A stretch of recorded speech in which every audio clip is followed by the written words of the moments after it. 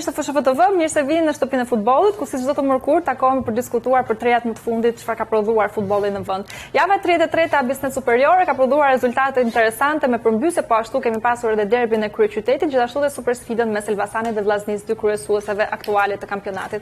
Për gjitha këto dhe për diskutuar sigurisht pak edhe për lojtarët e kombëtares shqiptare, do të kemi të ftuarit në studio Tefik Osmani, drejtori i skautizmit në Federatën Shqiptare të Futbollit. Përshëndetje. Përshëndetje. Mirë se vjen. Gerti Çarçani, gazetari mirënjohur sportiv. Përshëndetje Gerti. Faleminderit. Florian Riza, si për herë me ne. Përshëndetje Riza. Përshëndetje Elina. Përpara se të kalojmë tek rezultatet dhe duke i marrë njëra pas tjetrës të gjitha ndeshjet e kësaj jave, fakt dua të marr një koment të shkurtër nga të gjithë të ftuarit. Gerti, si të zhdukur java 33 e Biznes Superiore? Po bëhet një javë ashpër. Ajo që më pëlqeu është fakti që prezenca e tifozëve në Elbasan.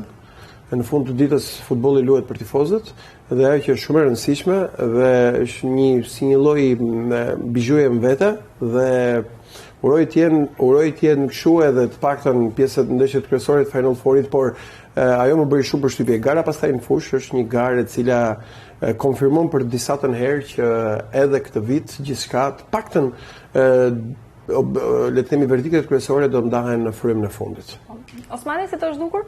Të paktën me sa mbajmë mend, ne çdo vit themi që ky është kampionati më i bukur, ky është më i bukur, por ky këtë vit akoma po bëhet edhe më i bukur, duke i shtuar edhe atë që tha Gerti, po mbushen shkallët e stadiumit, siç ishte edhe ndeshja që mendoj që ishte nga ndeshjet më të mira, duke shtuar edhe derbin Tirana Partizani, dhe është shumë e rëndësishme kur na vinë tifozët në stadium. Patjetër. Riza?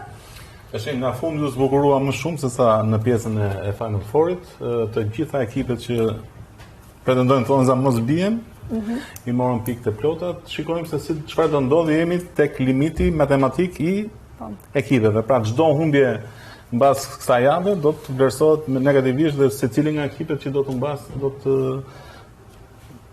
forcoj pozitët për të nga kategoria. Po, patjetër. Gara është bërë shumë interesante. Në fakt, ndjekim një tabelë të rezultateve të javës së 33. Tirana ka mundur Partizanin me rezultatin 2-1, ndërkohë Bylis ka fituar ndaj Teutës me rezultatin 2-0, Egnatia është ndalur ndaj Vorës me rezultatin 0-2, Flamurtari 3-1 ndaj Dinamos dhe Elbasani Vllaznia me rezultatin 3-1. Ndërkohë që tabela e klasifikimit pas javës së 23, Elbasani është në krye me 62 pikë, Egnatia me 60 pikë, Vllaznia me 60 pikë, Egnatia me 54 pikë, Dinamo City 45 pikë, Partizani 45 pikë, Teuta 38 pikë, Tirana 35 pikë, Vora 35 pikë, Bylis 35 pikë dhe Flamurtari me 32 pikë. Pra, praktikisht ka ndryshuar kreju i renditjes, tashmë është Elbasani në vendin e parë, ndërkohë që po ashtu është bërë goxha më interesante edhe lufta për mbjetesë, ku tre ekipe janë me të njëjtën numër pikësh. E nisim faktikisht me kryendeshjen e javës, le të themi, Elbasani Vllaznia. Osmani, si e pe këtë ndeshje? Kishte shumë tifoz, duan shumë spektakël, përveç asaj që ne prekëm tifozëria, mendoj që ishte një ndeshje mjaft e mirë për të ndjekur. Mendoj që Vllaznia nisi shumë mirë, për afro 30 minuta mund të shkonte rezultati në favor të Vllaznisë, por momenti decisiv mendoj ka qenë goli i shënuar i Elbasanit, ku skuadra e Elbasanit arriti të krijojë besim dhe pati një mosbesim te Vllaznia, sepse ishte një gol që edhe vetë futbollisti i Elbasanit nuk e prisnin për offside. Pa ajo ishte momenti që ndryshoi gjithçka dhe për të vendosur përfundimtare, se shikoj Gertin që është gati për të më kundërshtuar, besoj, ka qenë dita e Elbasanit. Gerti? Testi parakoshëm i finales, jo nuk do të kundërshtoj. Futbolli ishte i tillë, ju keni luajtur, unë ju kam ndjekur, futbolli ishte cinik.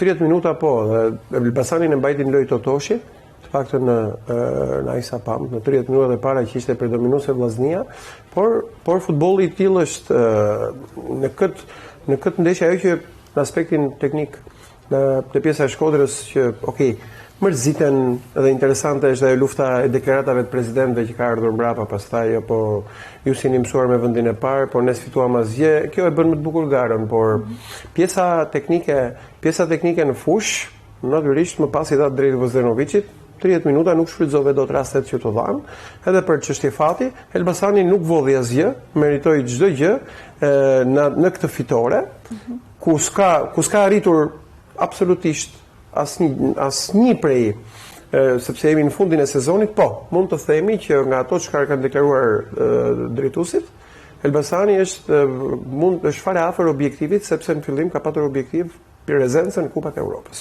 Mund të themi që këtu është brenda këtij objektivi. Po, mbetemi përsëri tek Elbasani, se duk performanca e Jonathan Lajtia, shënoi edhe 2 gola, por ndërkohë që ka qenë me performanca shumë të mira gjithë sezonit në fakt. Është një nga lojtarët kyç të Elbasanit, bën diferencën, nuk arriti dot në gjysmëfinalen e kthimit me Gnatian, ta bëjë një të tillë. Kjo dhe jo për presën e tij, ka zgjidhur shumë ndeshje, ka mbajtur ekipin mbi super. Lajthia për vetëm, po si kundër e thash, Lajthia bëri golat, Toto shqipëriti golat. Dhe kjo është një diçka e dukshme, te pjesa më bën përshtypje te Vllaznia fakti që pse mbajnë Doda në stol në një moment kur Bismarck nuk është, duket që potenciali i sulmit Vllaznis nuk po jepte dot dhe një lojtar që për mendimin tim është një sniper bezdisës të hap punë në çdo moment, mbahet në stol. Këto janë zgjedhjet e trajnerit, por ne nga jashtë e shohim, të mos harrojmë që Dodaj i ka dhënë Vllaznis 9 pikë. Po 9 pikë ai, 3 me Elbasanin, 3 me Partizanin, 3 me Teutën. Flori, s'është dakord po? Dakord. Jam shumë dakord se shënuesi i gol gjithmonë është i vlefshëm për një ekip, por rezultati është pjesë e gjithë ekipit. Nuk është se nuk mund ndodhi kjo, por Vetëm të performanca e ekipit. Për çfarë luajmë vendi i parë me vendi i dytë është minus 30 milion lek diferenca të vjetra. Pra nëse do shpallesh vendi i parë në përfundim të 4 fazave, shpërbehesh me 100 milion lek të vjetra nga Federata Shqiptare e Futbollit. Vendi i dytë shpërbehet me 70 milion. Kjo diferencë për 30 milionësh nuk është pak. Është paraparë si një kusht i cili do ta arris gara deri ditën e fundit të saj. Harove edhe kryesoren. Ose nuk e plotësove. Kjo që sapo the është e vërtet, po është për Final Fourin. Jo. Skuadra që në 36 javë. Mirë pra, okay, në skuadra që në 36 javë dele para merr 100 milion lekë. Atëherë, vendi i dytë merr 70, vendi i tretë merr 50 dhe vendi i katërt merr 20. Tani po diskutojmë dhe po bëjmë fjalë që Vllaznia nuk ra nga Froni, sepse në aspektin e kampionatit çdo gjë mbetet e hapur, të dyja janë në Final Four për diskutuar kampionatin në 3 ndeshjet. Se fam të që Jo, nuk po kupton. Por ama në aspektin e 30 milion lekëve më shumë, kjo do të ishte një garë edhe më, pra nuk mund ta lëshosh vendin. Nëse duhet për 30 milion. Kjo është shumë e rëndësishme sepse shikon, neve nganjëherë kam përshtypjen që jemi, domethënë, ja na shkalojmë këtë faktin financiar. 30 milion lekë janë shumë. Për secilin nga ekipet janë para që i bëjnë, domethënë, mund të vijnë dispozicion të shumë gjëra në një klub futbolli, në një ekip futbolli. Kështu që nëse duhet të ketë luftë, mendoj që ku do fokusohen se financat fund fare bëjnë diferencën në një klub. Si vin parat në një klub futbolli? Vin nga reklamat, vin nga presidenti, vin nga të dash të drejtë sepse financat në fund fare janë shumë të rëndësishme për një klub futbolli. Tani ne duhet bëjmë pak analizë. Pse këto dy ekipe janë vend parë dhe vend dytë?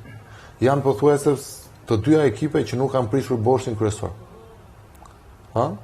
Kanë patur trajnerë nga fillim të kampionatit. Kanë pasur stabilitet në gjitha drejtimet. Po çikosh vjet Elbasani humbi ndeshjen finale që kishte me Partizanin që mbeti jashtë Final Fourit, ama presidenti nuk ndryshovi asgjë. I besoi po të njëjtit staf, duke futur dhe drejtorin teknik, dhe forcovi me pikat që ata mendonin, forcovi ekipin, dhe pothuajse për mendimin tim është një nga ekipet më të suksesshëm është Elbasani, sepse pothuajse ka gati 4-5 vite, vit pas viti kanë filluar nga zero. Edhe të shkosh të përplasësh. Po mi po, unë ta plotësoj shefin që ti e mirë. Unë më të them fund të renditjes së 4 fazave, jo në fund të renditjes së Final Fourit, jemi shpërblimet. Në Final Four vetëm një ekip shpërblet, ai që deli pari. Që shpallë kampioni i Shqipërisë është shpërblet në 100 milion lekë të vjetra përsëri. Po, sidoqoftë është një trajtim ka drejt në këtë patjetër. Ndërkohë fokusohemi pak përsëri mbetemi tek Elbasani edhe Vllaznia dhe shikojmë një tabelë me kalendarin e 3 javëve të mbetura të fazës së rregullt të kampionatit Bicen Superiore. Ndeshjet e Elbasanit do të ndeshet ndaj Vorës, më pas ndaj Bylisit dhe më pas ndaj Tiranës. Ndërkohë që Vllaznia pret Bylisin, më pas do ndeshet ndaj Tiranës dhe më pas do ndeshet me Flamurtarin. Osmani, si e shikon këtë kalendar për ndeshjet e mbetura?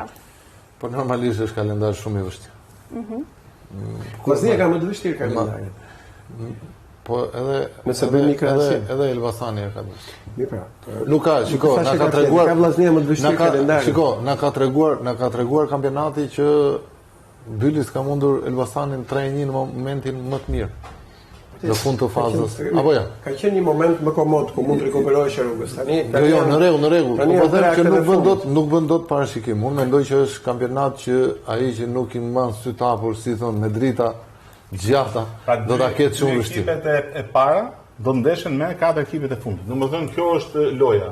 Këto ekipe të cilat për pak në 3 javët e fundit kanë bërë shumë mirë. Elbasani ka bërë Zvora dhe Tirana. Po kështu i ka dhënë flamurtar Tirana dhe edhe në një mënyrë apo tjetër, referuar dhe kalendarit që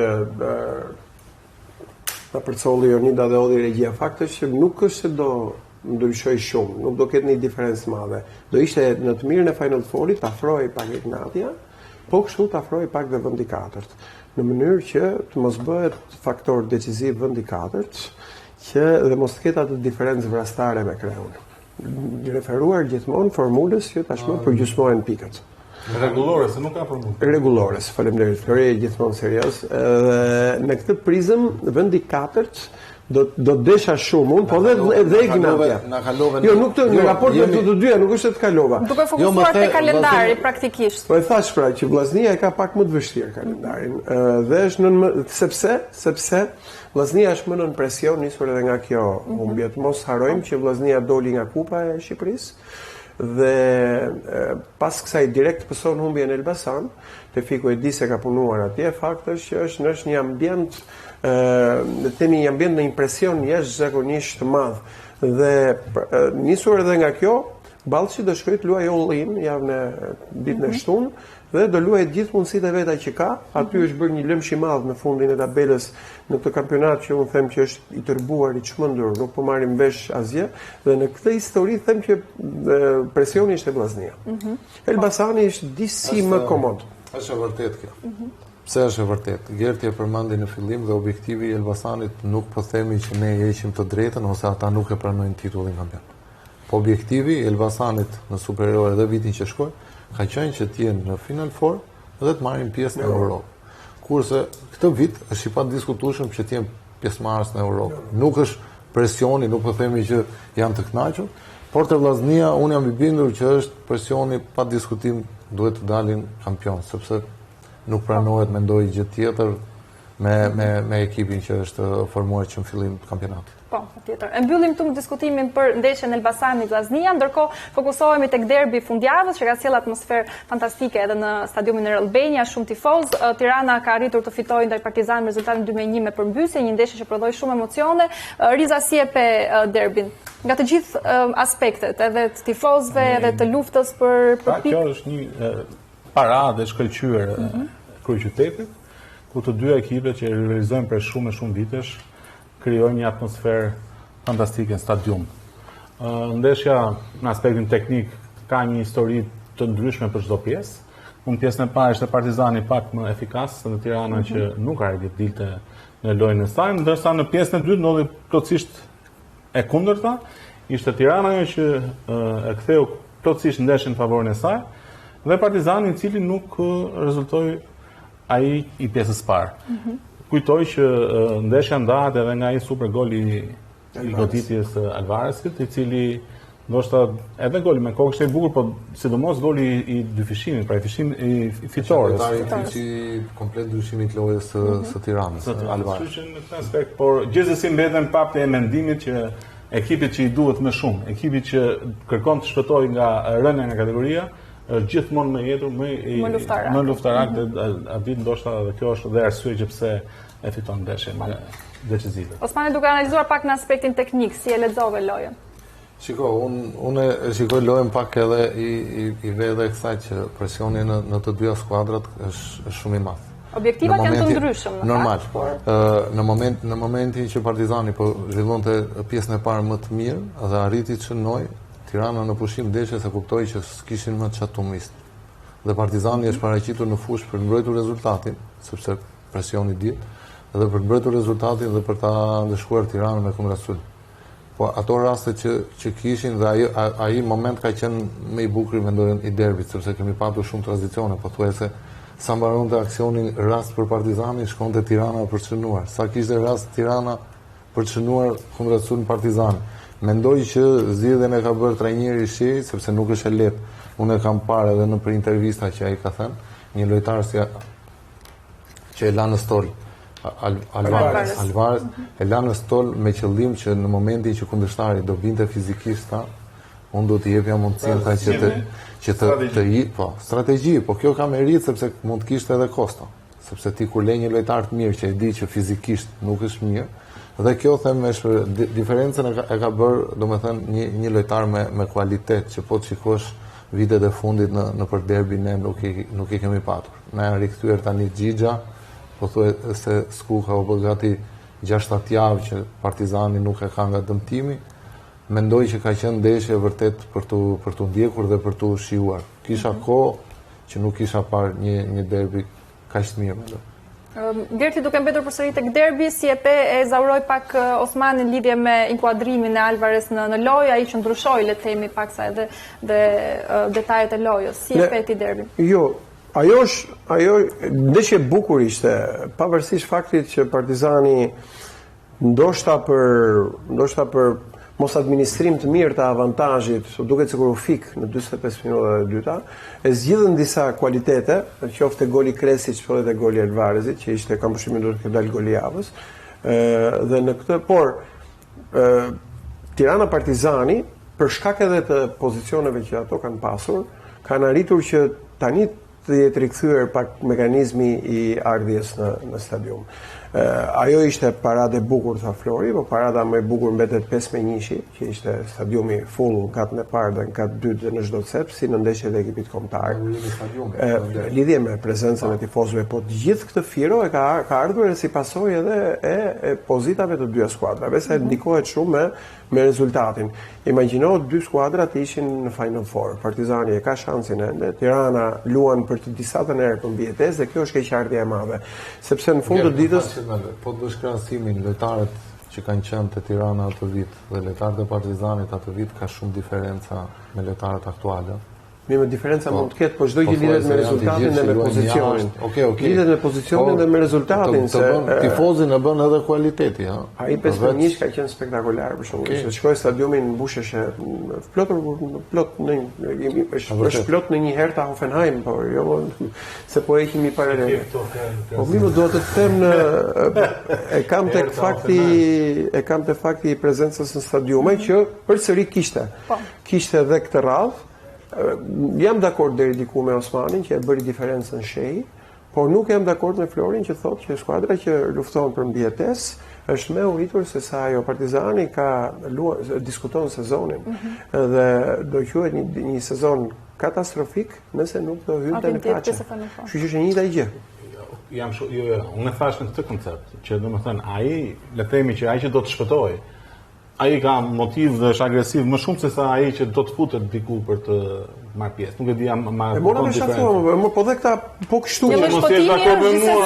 Mos je dakord me mua, s'ka ndonjë gjë. Po do ta bëjmë çik me mendim ndryshe, se po timi. Po me mendim ndryshe, po timi edhe me Osmanin, me linj, dhe pastaj bie. Le ta zgjerojmë pak diskutimin. Faktikisht mbetemi përsëri tek Partizani, se duket sikur një nga problemet e Partizanit të sezon është edhe numri golave të postuar. Ndjekemi tabel me sa gola kanë postuar 5 ekipet e renditura në fillim të tabelës. Elbasani me 62 pikë ka posuar 28 gola, Vllaznia me 60 pikë 24 gola të posuar, Egnatia me 54 pikë 29 gola të posuar, Dinamo City 45 pikë dhe ndërkohë 29 gola të posuar, ndërkohë që Partizani me 45 pikë 41 gola të posuar. Çfarë do thotë kjo statistikë, Osmani?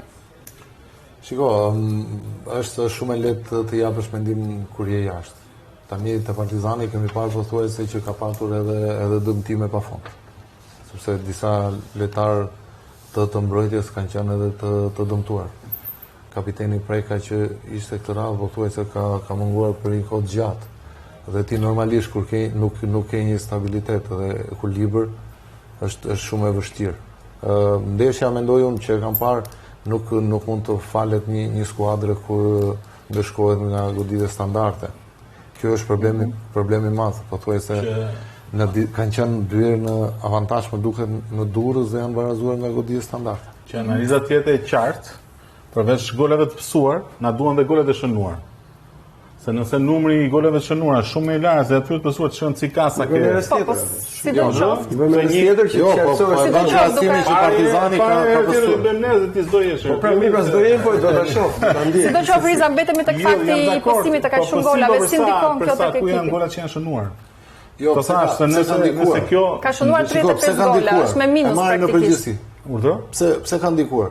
sepse Pse ka Vllaznia më pak gola të pësuar? Praktikisht statistika është Riza, 35 gola të shënuar, 41 të do të pësuar. shënuar shumë gole dhe ka pësuar detyrimisht shumë, do të thotë që ky është një ekip që luan plotësisht në sulm. Po pra, Ta dua ta statistika lexojnë në këtë mënyrë. Riza, statistika është 35 gola të shënuar, 41 të pësuar. Pra është një statistikë negative. Atëherë, kjo tregon që vetëm nga statistika, pastaj do të referohesh dhe çdo ndeshje të Partizanit për ta parë, që diçka në linjën e mbrojtjes nuk shkon. Okej, çfarë nuk shkon ti si ish futbollist në këtë rast, si ndikon dhe ndoshta si impakton skuadrën në aspektet e Unë tjera? mendoj që defektin ndryshe. Unë shikoj që neve kemi problematik jo me psimin e golave, me shënimin e tyre.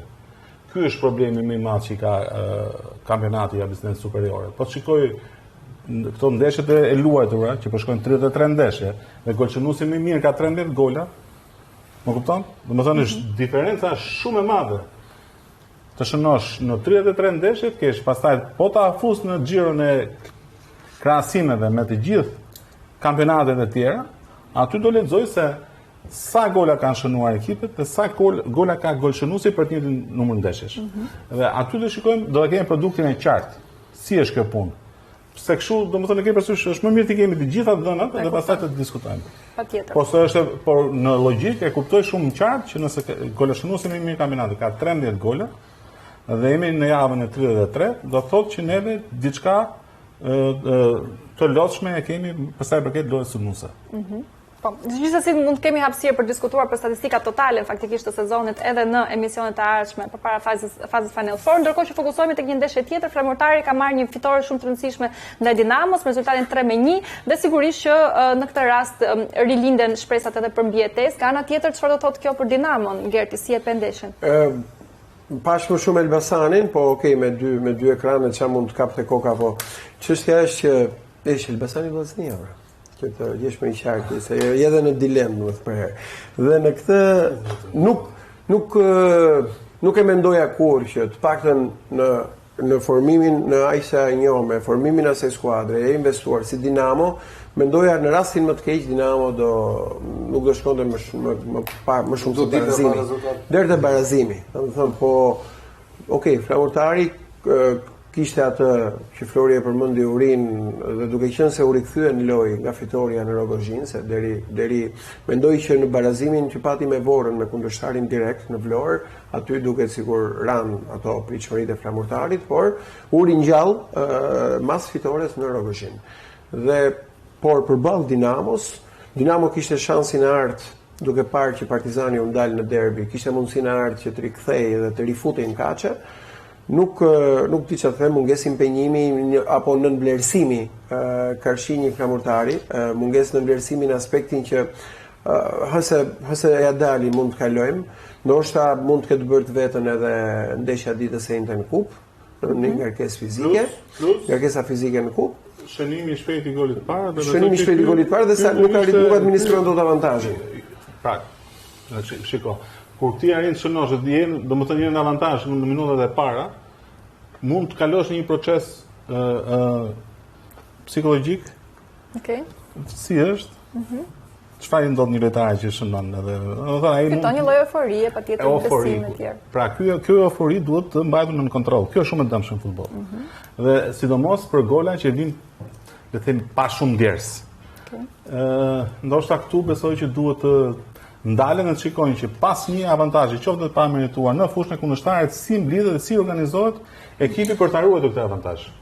Pra, ky është procesi që ndodh në atë ndeshje.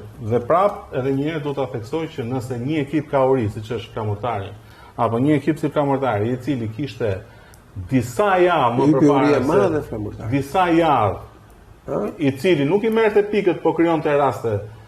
Unë të penalti pas penaltijet, kujtohet, janë disa ndeshje të kësaj natyre që nuk është e lehtë, të mundesh kampionët, të mundesh dhe fituesin e kupës. Pikërisht po them. Domethënë që në këtë aspekt e shikoj flamurtarin mendoj flamurtari ka një ndeshje me Partizanin nga më po decisive. Sepse tash hyn te skualifikimi direkt i ekipit. Një hap fallë si flamurtari pothuajse pra ky është skualifikimi. Pra neve jemi tek kuota 41 pikë e lartë. Je ekip i cili qëndron në Adrianot. Në 3 ndeshje të mbetura nga këto që janë me 35, po. Por Dinamo Flori Duke mbetur tek flamurtari, një nga lojtarët më vendimtarë, Al Maksuti me 3 gola, është po ashtu edhe lojtari kombëtarës U21. Si e shikon? Maksuti ka vite që e tregon formën e tij të mirë, përveç se ka qenë te Apollonia, tani me kalimin te flamurtari është nga sulmuesët, mendoj të tartmes. Është i dytë në renditje faktikisht për numrin e golave në këtë sezon. Për Bekim Bala vërtet do jetë konkurrent i fortë. Mendoj që do jetë një konkurrent shumë e fortë.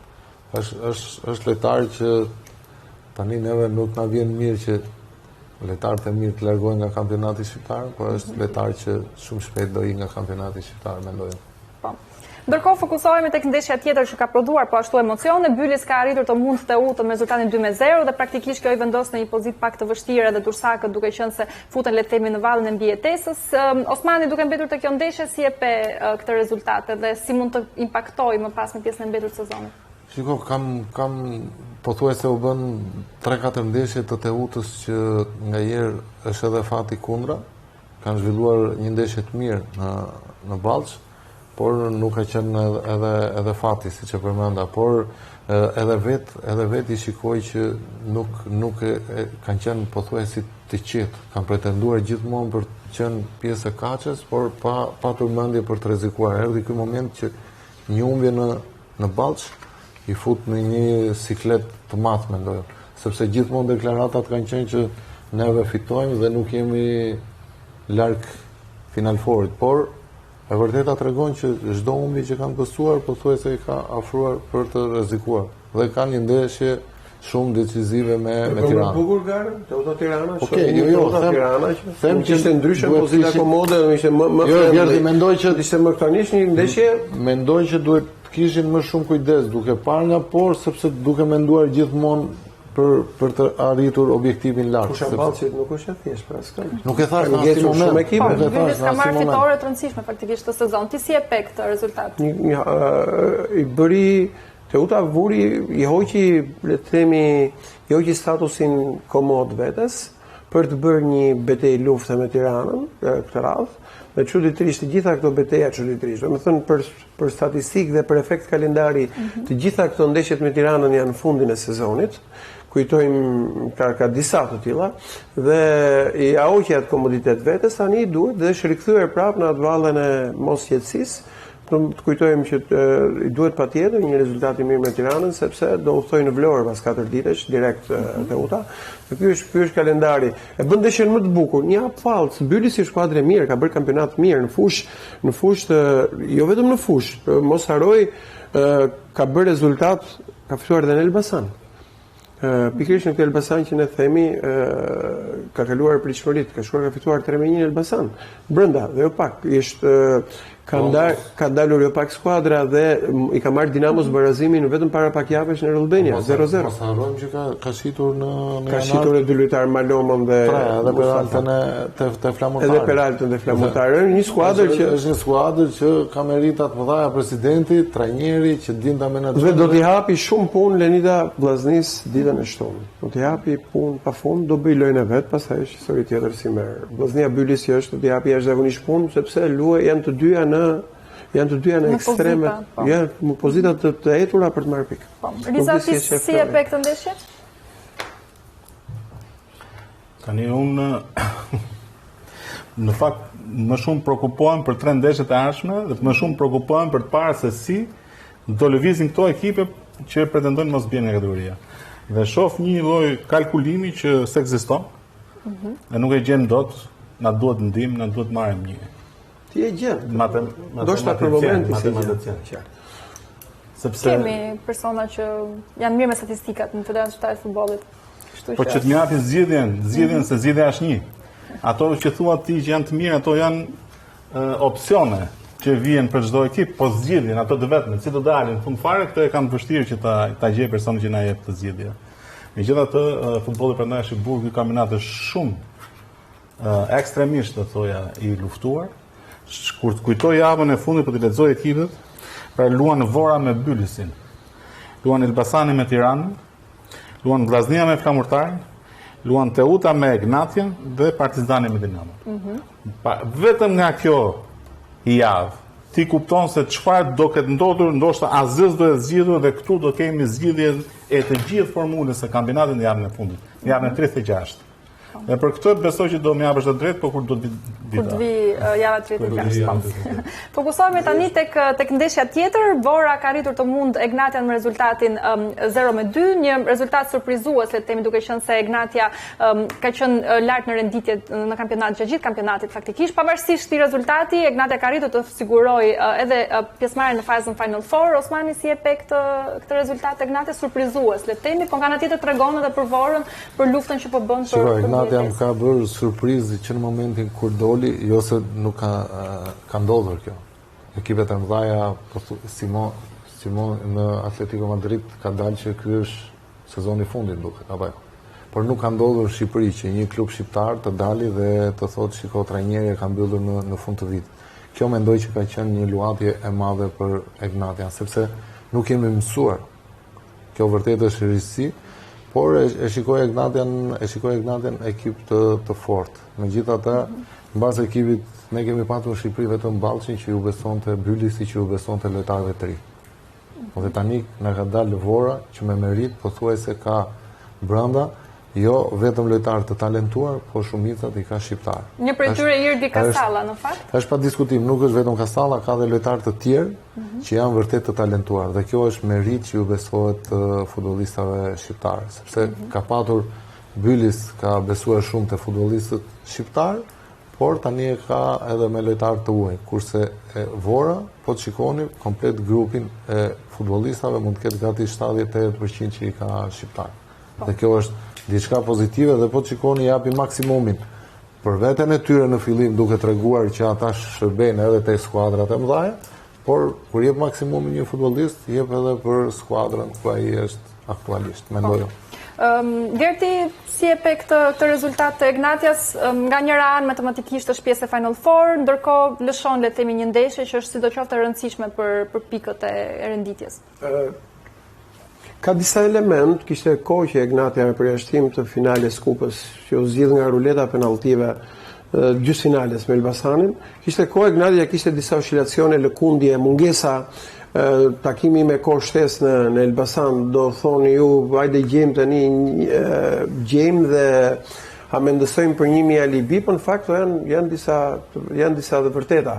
Vora ka bërë një kampionat të mirë, ritheksoj shumë të mirë, dhe ka lënë i mungojnë shumë pikë për shumë arsye, edhe për shkak të pakujdesive të veta me ekipe të mëdha, kishte mundësinë e fundit, ka le të themi me këtë fitore trazoi çdo lloj trazoi gjitha ujërat në aspektin e mbijetesës me fitoren e Rogozhinit. Egnatia thelloi edhe më tej distancën që ka është 8 pikë me Elbasanin, 6 me Shkodrën, sepse në një lloj mënyre rimodelimi i Final Fourit do të thotë që do ta kurrë. Jam i vëmendshëm. Rimodelimi i Final Fourit do të thotë që tashmë po shkuan larg ato i bie që do luaj me kapacitete të mëdha, do keni mundësi më shumë të tjera të vinë deri aty. Mbarojnë 3 javët. Fitoria e Vorës i dha një bonus shumë të mirë psikologjik. Egnatia vjen të luajë në Tiranë këtë javë me Dinamo, kështu që ka një diçka që ndoshta dhe ajo po kupton vetë që dy të parat po ikin gjatë. Ka 2 momente ndeshja. E para është shënimi i golit të parë, ku portierin bashkëpunim me Sushorin nuk rakordohen ashtu siç duhet dhe është gol me gabim shumë të rëndë të portierit. Pra tenton të largojë topin jashtë vijave kufizuese të fushës, ndërhyn sulmuesi e prek topin dhe shkon në gol. Ky është një episod që është shumë negativ për një ekip siç është Egnatia dhe rasti i dytë është penaltia. Pra ky është shënimi i golit që po shikojmë tani. Pra ky vjen nga hiçi.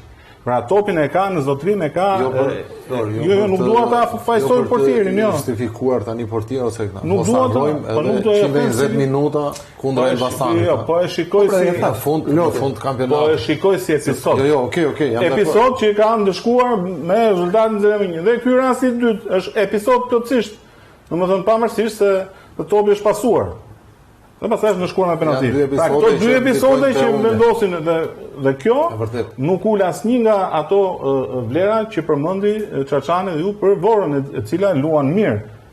Dhe jam shumë dakord me këtë, por që në këtë rast për ndeshjen besoj që këto dy episode janë të mjaftueshme që të mbasësh ndeshje. Brenda.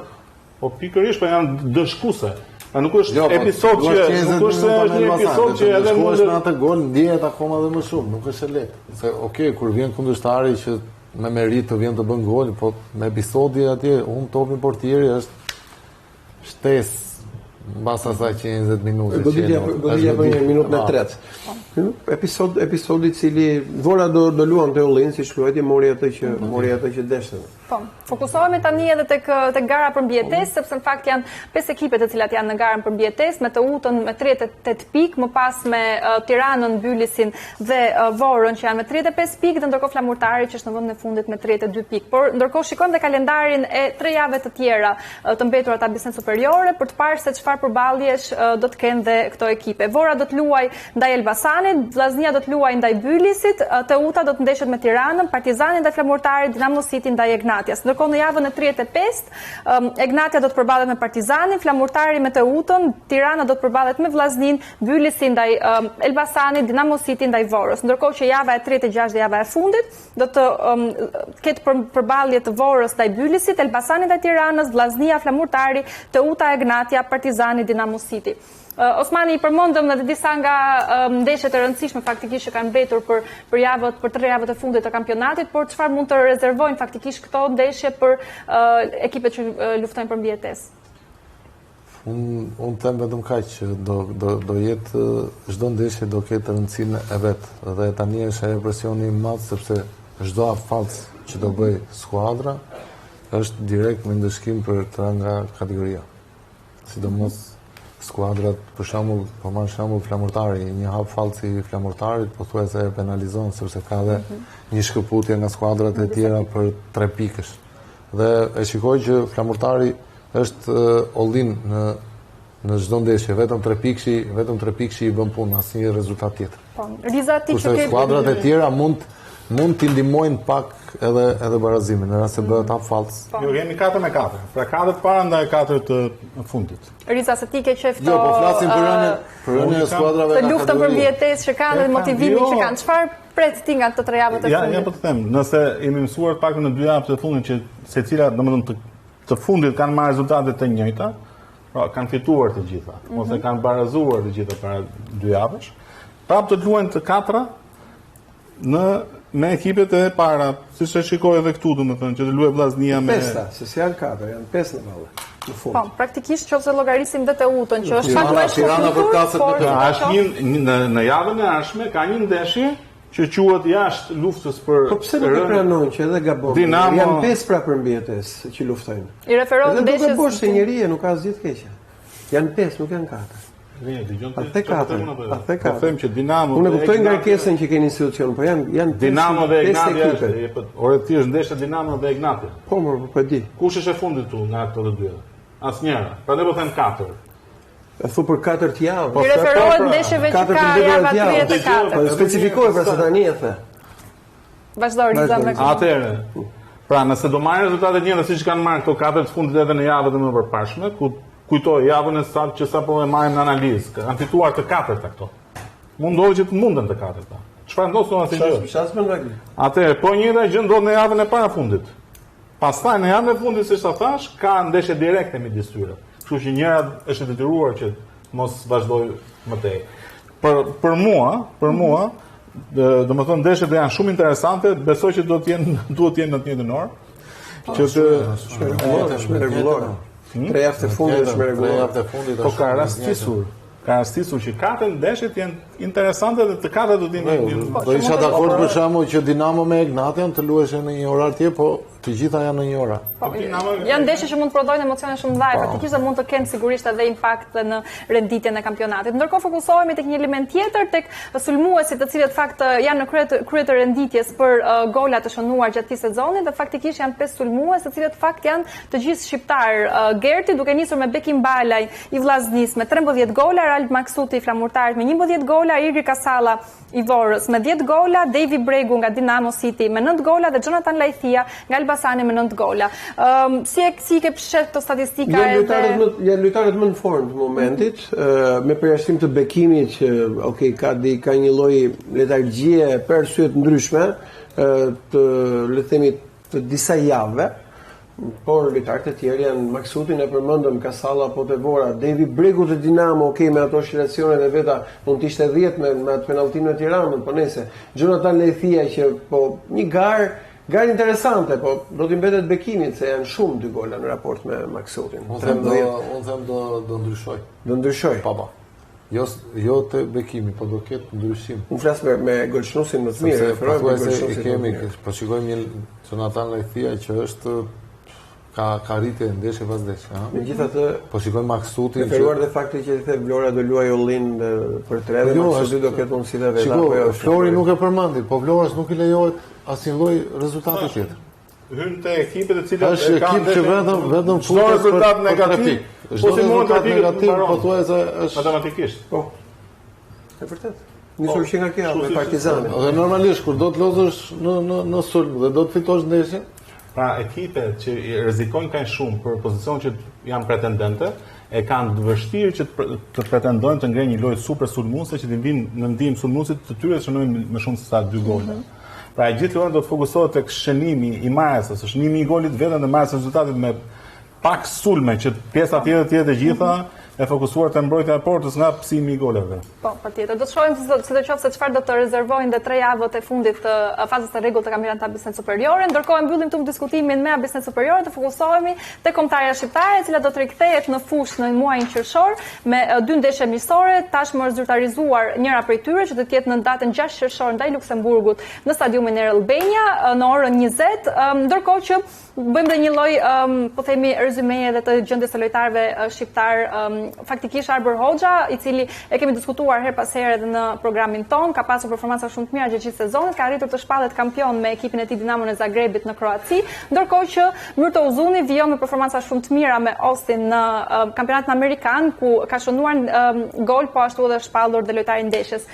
Osmani, pak një koment të shkurtër për gjendjen e lojtarëve shqiptar aktualisht edhe për këtë test ndaj Luksemburgut në qershor. Është gjë e mirë kur lojtarët shqiptar shpallen edhe kampion, siç është rasti i Hoxhës. Besoj që e ka merituar, është me një klub shumë të madh, po ne jemi mësuar me Hoxhën, sepse disa herë është shpallur edhe lojtari i muajit. Tani Ozuni nuk është se përbën lajm, sepse jemi mësuar me Ozunin që ditë shënoj. E rëndësishme është që tani është një periudhë që mbaron kampionati dhe më shumë interes ka lëvizjet e lojtarëve që do bëjnë. Në djenin time kemi disa lojtarë që mund të kenë ndryshim skuadra. Ka nga ata që nuk kanë marrë minutat plota, po ka dhe nga ata që janë shumë të rëndësishëm, siç është Ramadani te Lecce, që mund të lëviz për një skuadër edhe më të mirë, mbas edhe jashtë Italie. Kjo është shumë e rëndësishme për ne, kur lojtarët aktivizohen dhe kanë edhe oferta që mund të lëvizin në skuadra më të mirë. Berti, ndërkohë si e shikon fundi i kampionatit. Një stimul më vete është për të shpallësh kampion, Dinamo Zagrebit, Arbëri apo le të themi Uzuni, edhe është fundi i kampionatit, kanë ngarkesën e vitit në Për Uzunin në fakt nuk është fundi i kampionatit, sepse vijon deri në muajin tetor, por sidoqoftë është. MLS-ja patjetër, por në këtë prizëm, do të gjejë një stimul më shumë edhe të ardhur për të bërë miqësorë me Luksemburgun, natyrisht ata janë profesionistë, edhe një stimul mas le të themi eliminimit të ndodhur, por që të mos harrojmë, gjithmonë këto ndeshjet kanë qenë me risk.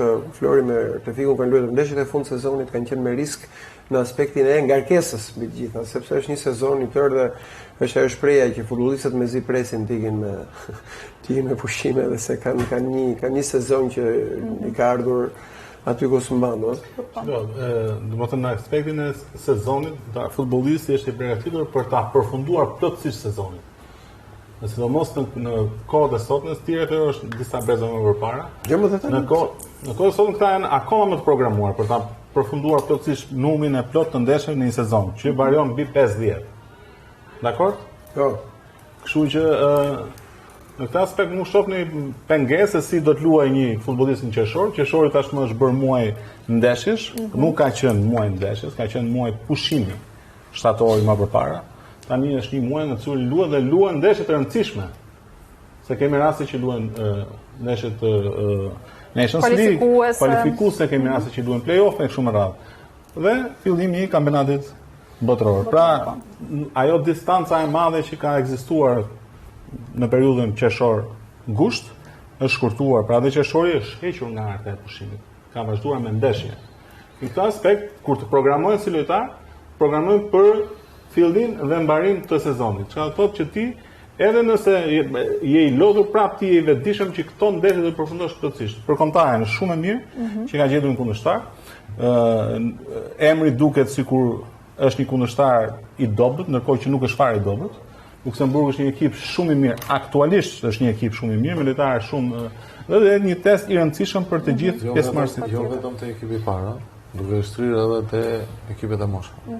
Patjetër. Te moshat, te femrat, po, domethënë është një strategji që ka dhënë rezultat për ta. Kanë vite sepse edhe ja u lejojnë duke marrë lojtarë dhe jo vendas.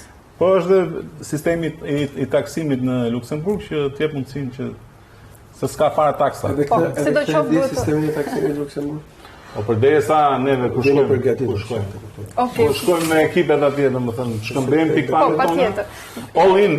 Lëm gjërat jashtë futbollit, të diskutojmë, fokusohemi tek futbolli faktikisht. Sigurisht ne do të zyrtarizojmë edhe një histori tjetër që do të luajë kombëtare shqiptare pikërisht në Shqipëri, por sigurisht në ditët në vijim do kemi aftësi për të diskutuar. Ndërkohë mbetemi përsëri tek lojtarët shqiptar, por nuk diskutojmë vetëm lojtarët të cilët luajnë me kombëtarën shqiptar, por edhe lojtarët shqiptar të cilët bëjnë shumë mirë në kampionatet e tyre dhe pikërisht është një djalë nga Shkodra, Sabah Keriota, i cili është lojtari i ekipit Hearts në Skoci, që aktualisht është në vendin e parë të renditjes së kampionatit, edhe pretendente për titull, duke qenë se ka një numër pikësh të caktuar që është në diferencë nga ndjekësit më të afërt të Rangers dhe Celtic, me të cilin do të kemi një lidhje direkte tani dhe do të diskutojmë pak edhe arritjet e tij të karrierës edhe se çfarë pret nga ardhmja. Përshëndetje Sabah. Faleminderit që je pjesë e Fushë TV. Përshëndetje, shumë faleminderit për ftesën. Kënaqësi kam përshtypjen që duhet të jetë një nga intervistat e para që ti ke dhënë për programe televizive shqiptare, apo jo? Në këto kohë të fundit. Po, mund të jetë në të parë, po. Ndërkohë, me ekipin tënd Hearts jeni duke kaluar një moment shumë të mirë aktualisht që gjendeni në vendin e parë të renditjes. Më trego pak si ka shkuar gjithë ky sezon duke filluar që nga fillimi i sezonit dhe aktualisht ku jeni në këtë moment. Atëherë të them të drejtën është një sezon fantastik për skuadrën, sepse këto në Shkoci zakonisht fitojnë Rangers e Celtic. Dhe është 43 vjet që fitojnë veç për dy skuadra, kështu që jemi shumë fokusuar që ta fitojmë sepse jemi 100 shtator që jemi në vend parë, kështu që mungojnë 4 ndeshje dhe do të bëjmë gjithçka për të arritur.